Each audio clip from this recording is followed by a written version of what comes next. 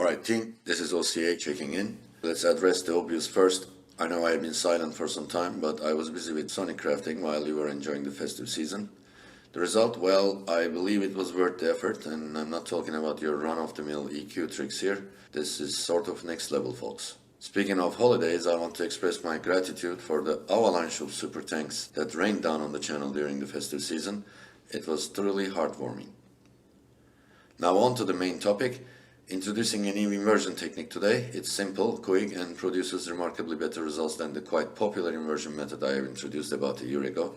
Here are some before and after comparisons for the 19% of you out there who skipped my videos in the first 6 seconds. Frequency graph. Original versus final. Left speaker. Waterfall. Original versus final. And spectrogram.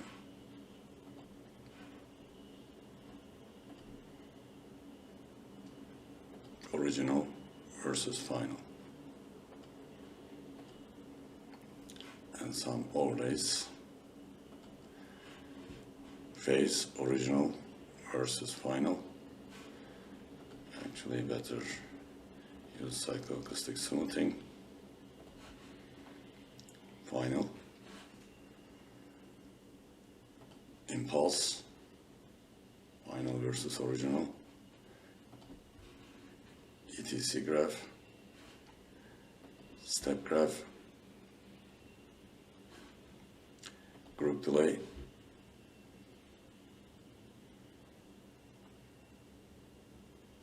zero axis, RT60, and musical clarity.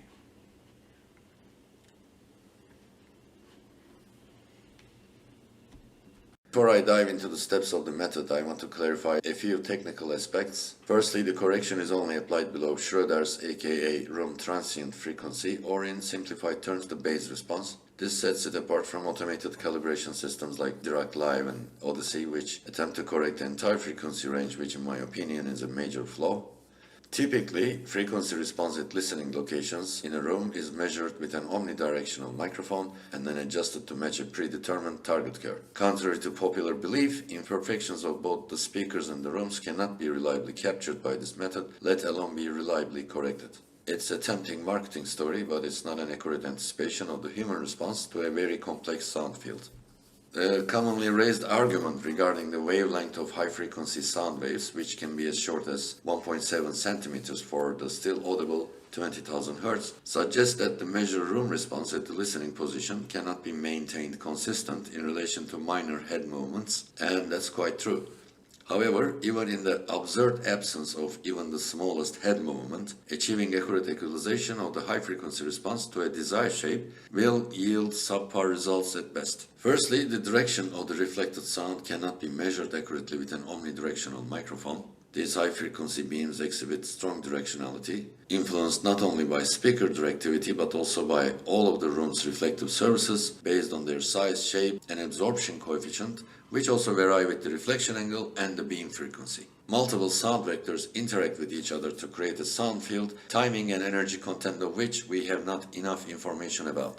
Moreover, the human brain is evolved to respond to these directional cues in detail, and it can distinguish room sound from loudspeaker timbral identity. There is evidence that in small to medium-sized rooms especially, most people find multi-directional reflected sounds quite benign, and some even prefer that, especially if the loudspeaker has constant directivity. There are also recent studies which show some early reflections can improve speech intelligibility, which is also crucial for music. Hardcore room treatment fans should take a note of this. We can use gated windowing techniques to filter timing fluctuations of these beams to an extent, but the directional information will always be missing, so most attempts to change the diffusive sound field in these areas will carry a high risk of causing an otherwise good speaker sound bad. REW has sophisticated tools that can graph peak energy times of frequencies as spectrograms, and if you have really bad speakers, with uneven direct sound and very poor directivity, trying to correct high-frequency response might make some sense, but good luck with the sheer complexity of that and achieving a valid calibration in a reasonable area around the LP. Now you may wonder, how can we correct for frequencies below the room transient then? Well, most speakers today are designed to provide a flat frequency response in the direct sound. That's the sound that reaches our ears first before any reflection does. This direct sound will be manipulated by room reflections all along the frequency band shortly after. But bass wavelengths are much larger than the speaker drivers which produce them, i.e. 1.7 meters for 200 Hz, making them truly omnidirectional with no directivity. So an omnidirectional measurement microphone can precisely capture the total sound pressure of these long waves at a single point in the room. Minimum phase, infinite impulse response filters are reliably effective at removing this added pressure from these waves. Now you might ask, why not just use auto EQ filters below Schroeder's frequency? Well, absolutely do. With the click of a button, Rew will generate optimized IIR filters for your measured bass response in a couple of seconds, and it will usually get you 80-90% of the way there to optimal correction. There is not a single system in the world which will not benefit from a 20 Hz to 200 Hz auto EQ with 0 dB boost targeted to the same level for each of the left and right speakers, and if you're not doing this, your ears are suffering a lot of bass peaks raining into the mids and highs, muddying your music. But you can do even better with a little bit of more effort. For a given frequency response, there are many different possible phase responses, and all of these can be causal and stable, but there is only one minimum phase version, and only this one is invertible, meaning it has a stable and causal inverse. In Z-plane terms, a minimum phase system is characterized by having all poles and zeros inside the unit circle. For a causal system to be stable, all poles must reside inside the unit circle. In this regard, maximum and mixed phase systems are also stable. However, when you invert a system, the poles become zeros and the zeros become poles. Therefore, only a causal minimum phase system has a stable causal inverse, as other systems have zeros outside the unit circle, leading to instability upon inversion. By the way, there is no truly maximum phase system, because that means infinite time delay. That's why you don't hear the term very often.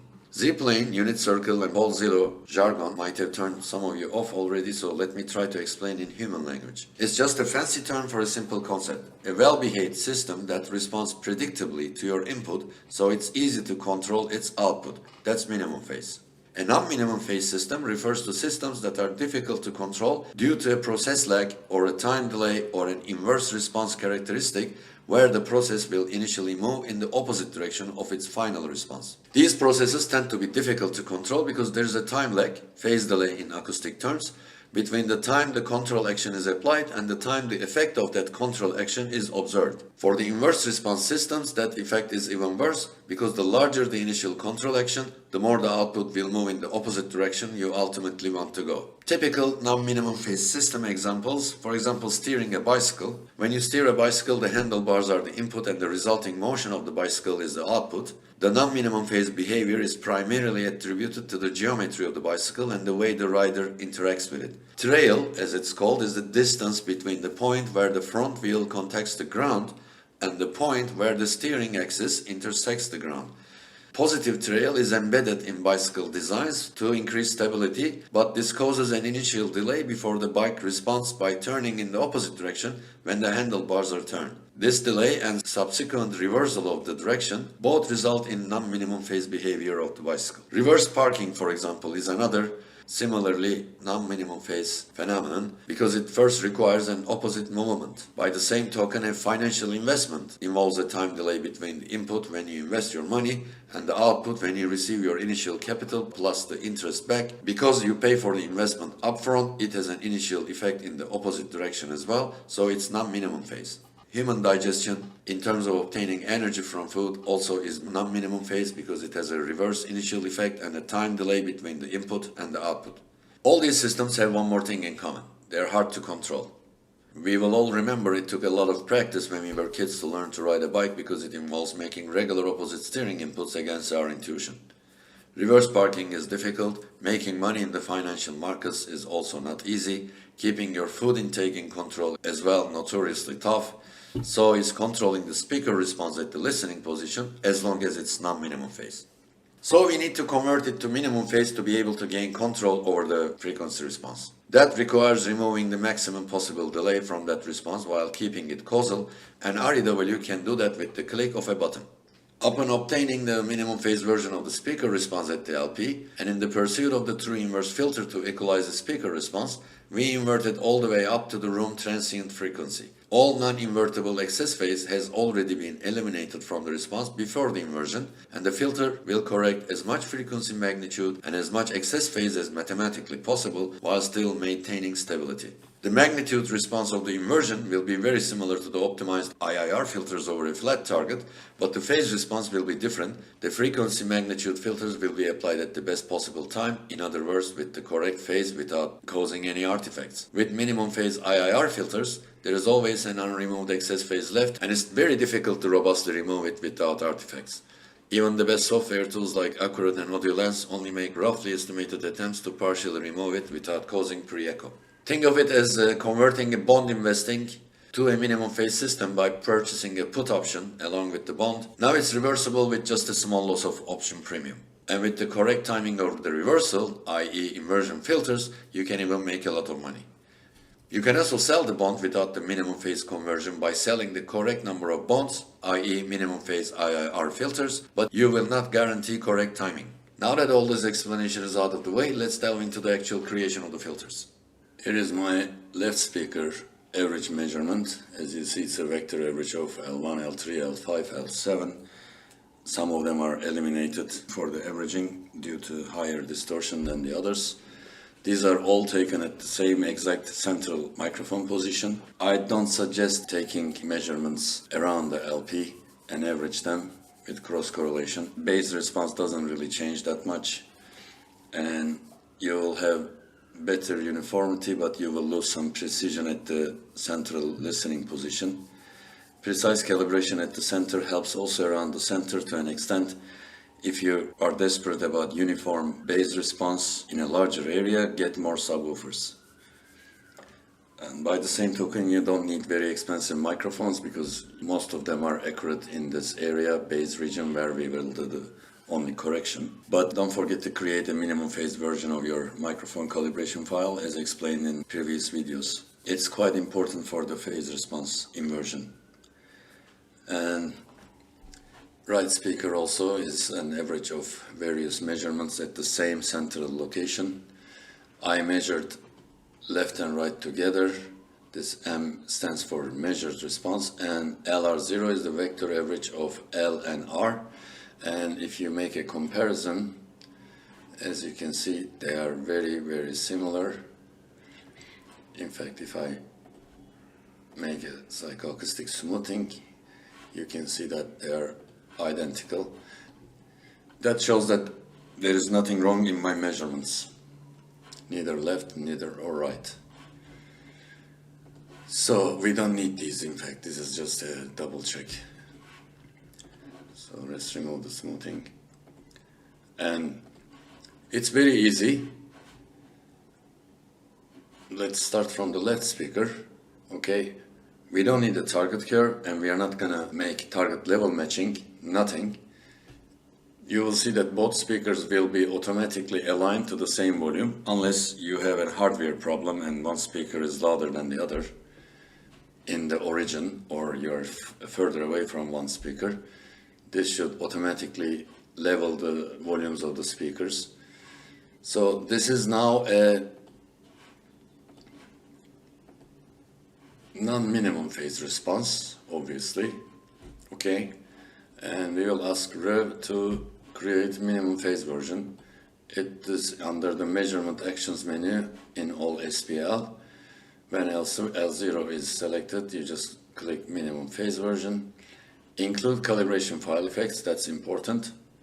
Nothing else is ticked, and make minimum phase copy. Here is the minimum phase copy, and if we compare these two phase responses, as you see, magnitude responses are identical. Let me show you L0 and L0MP, completely identical. But the phase responses, when you compare,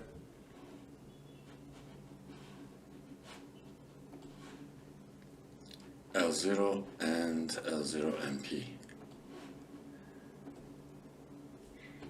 you will see that the minimum phase version has a very different phase response to the actual original measurement. Now, as I explained before, the importance of this version is that it is invertible. So how do we do that? Trace arithmetic. L0 MP, minimum phase version selected, B is not important, and 1 over A. Now regularization 25% means 0 dB boost, okay? I'm not gonna boost anything. And lower limit, none, so it starts from the very beginning, and upper limit is 225 Hertz. This is not going above the Schroeder's, this is actually because of the calculations and FFT at the background during division. Rev starts to fade out by 200 Hertz if you enter 225. Okay, I optimized this trying every single frequency from 210 to 240, checking the clarity at the end, and in my case it's 225. In your room it might be slightly different, but you won't make a major mistake if you use the same number here. And generate. Target level is auto. We don't take exclude notches, that doesn't make a difference anyway. But as you see, I'm not even entering a target level. It will automatically calculate what the target level needs to be. And at the bottom of the screen now we have our filter already. This is it. This is the filter. I was inclined to take a minimum phase version of this filter to use it in the convolution engine, but I figured this is a lot more clearer in every way and it sounds better. And also there is no pre-echo or ringing of any kind, despite the sharp phase adjustments of this filter. Now if you compare this filter to its minimum phase version, for example, we can do that as well. Minimum phase version 1 over A, no calibration file effects this time, and make minimum phase copy. As you see, frequency response is identical, and phase response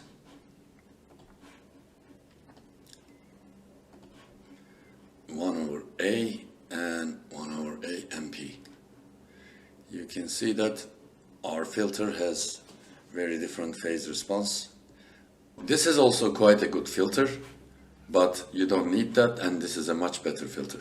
This is all the magic of this method. We are already done. We have to do the same for R, and just to show you, L0 times this 1 over A filter,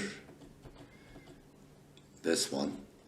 I delete the minimum phase version, we don't need it. By the way, the minimum phase version is quite similar to what you would get with an IIR filter with Rev's auto EQ filters. If you just select a flat target level there, and A times B, generate. As you see, it's a very level, smooth response, and the roll-off as it should be with this speaker. This is quite similar to this speaker's anechoic response. That's what I'm guessing. And let's do the same now. Oh, I forgot one thing. Sorry.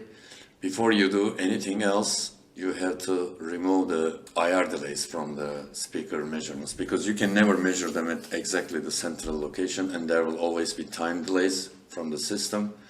So this is your left speaker and this is your right speaker.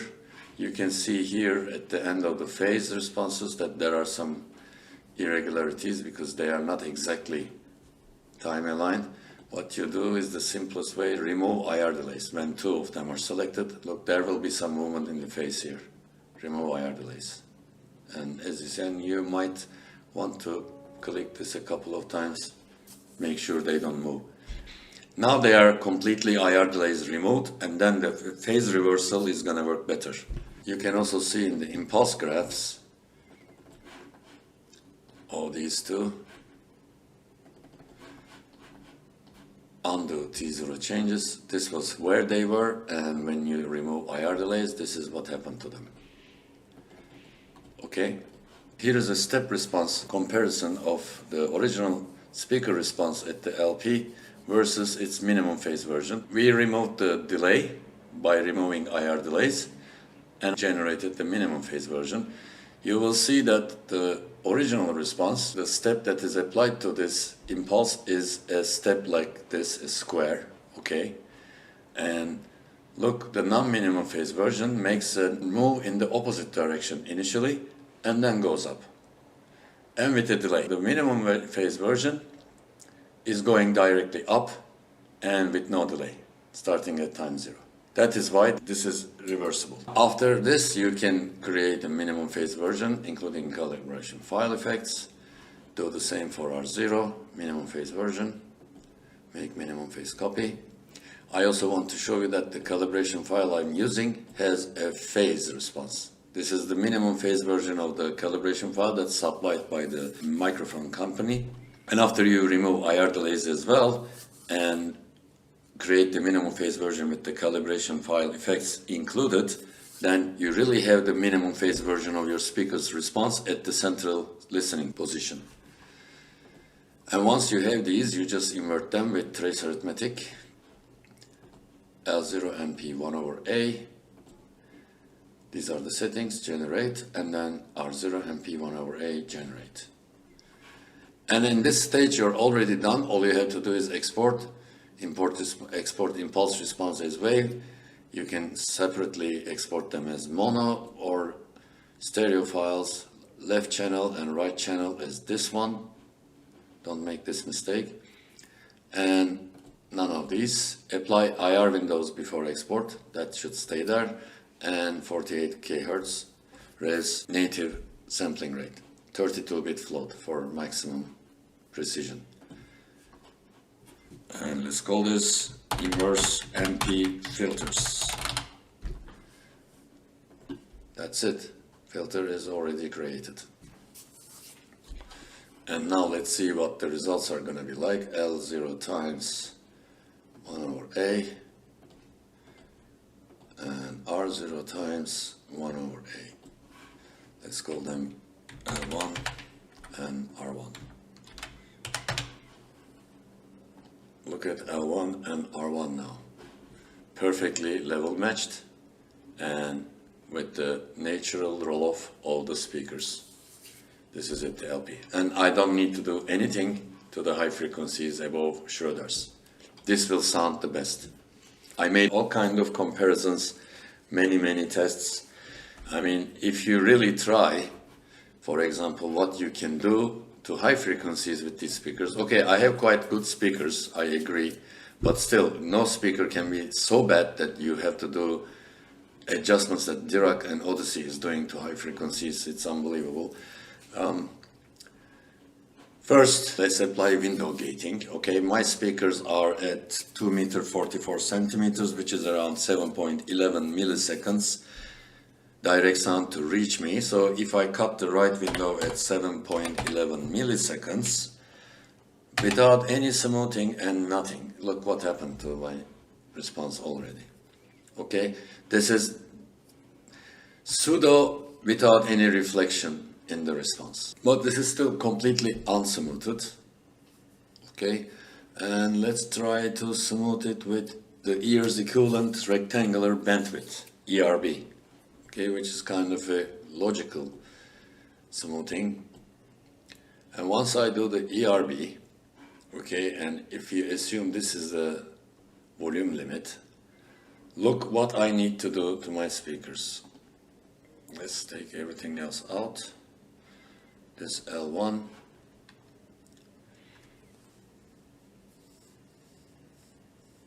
Okay.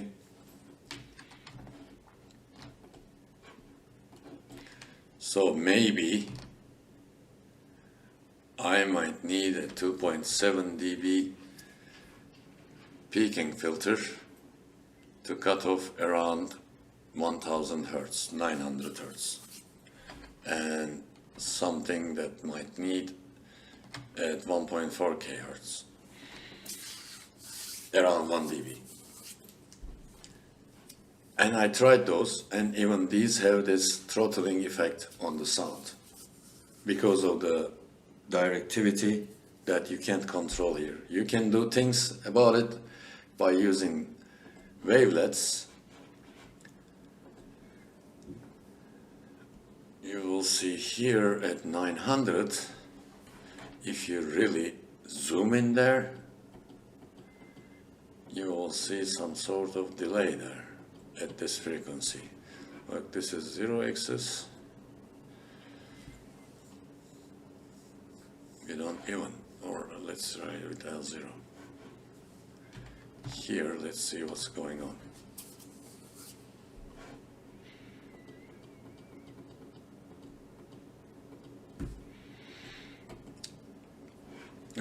we are talking about 1 millisecond, folks. So there is not much, there isn't anything that really can be done. Just don't touch this area. That's my suggestion. And do compare with different filters and you will see the difference. You will hear the difference. I still believe in listening to the system. At the end of the day, this is why we have these systems, to listen to them. And what else can I add? Okay, if you are desperate about a target shape like Harmon or Dr. Toole, then you can always multiply this filter with the target right away. It will be the same. I don't need this, okay? If you want more bass, then turn on the volume and then it will sound louder to you, the bass, due to human hearing. But it's possible to just multiply this filter with any curve, as long as you make sure first that the target curve as a text file is volume adjusted. They must all be at 0 dB at 1 kHz. Lastly, is wave files saved as stereo.